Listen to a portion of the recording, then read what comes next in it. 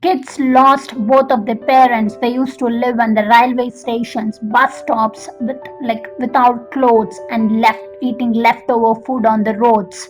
But the couple, Veeraswamy and Shobharani, they saw the news articles and they brought them to home and they started feeding 7 children in 2008, and now in 2019 they are fostering almost 30 plus orphan kids with good food, education and health and a positive mindset. Recently in the 10th grade, 4 students got 9.2, 8.5, 8.28 out of 10, and they celebrate each and every festival like a family.